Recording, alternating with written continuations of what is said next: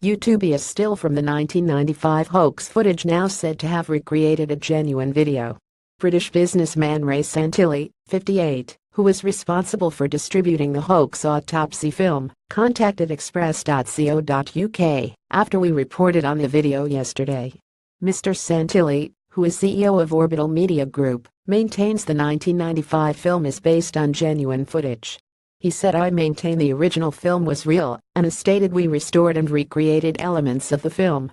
He said not everyone involved in the production of the film was aware of the alleged genuine footage, which is understood to have been discovered in Florida. Mr. Santilli said the team used were employed on a need-to-know basis and were never privy to the entire story. They only knew what they were commissioned to work on. The team were all the very talented and best in their field. Yesterday, we reported on how Spiros Milleris, who was hired by Mr. Santilli and film producer Gary Shufield to make the black and white film, told his story of his involvement in a one-man West End show. The film showed men in white coats apparently dissecting the alien, leaving UFO hunters convinced it was the smoking gun evidence they were looking for of the Roswell incident. Truthers have been searching for proof since it was first claimed aliens crashed a flying saucer in the New Mexico desert near Roswell in July 1947 before the U.S. government covered up the evidence by storing the flying saucer and dead bodies in a secret military base.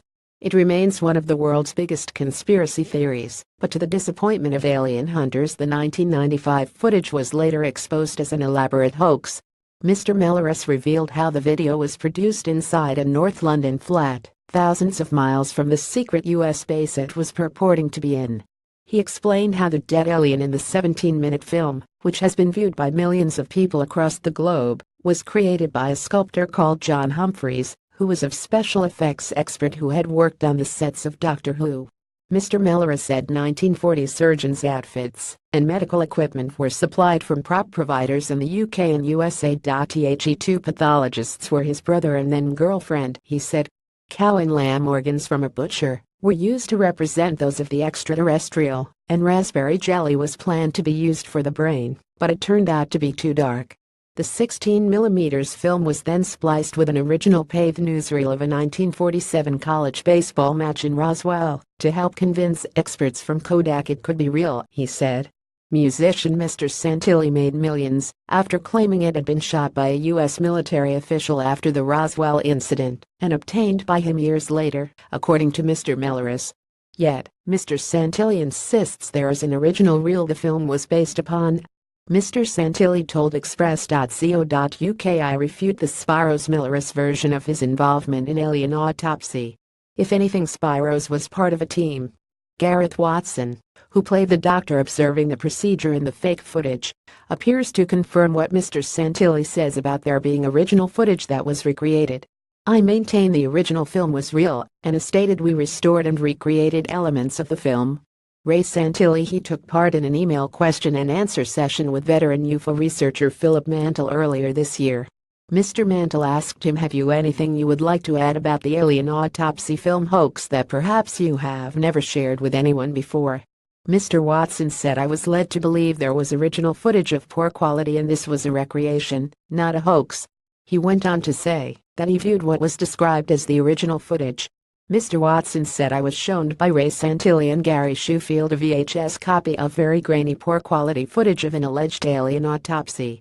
They decided it was not of commercial value in its current state, hence the recreation.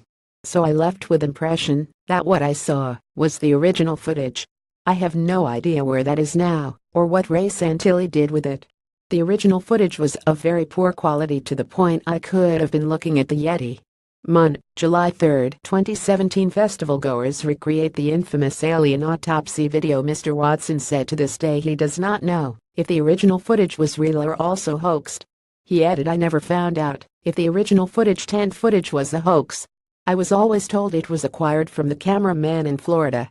Obviously I was involved in the filming of the second and broadcasted film. As I said earlier, I was told it was a recreation of the original." Mr. Mantle does not believe any original footage existed, and it was all just a hoax. He said there are however a few people who still believe that Ray Santilli is telling the truth and there was original authentic film. One such gentleman in the UK is Colin Wolford.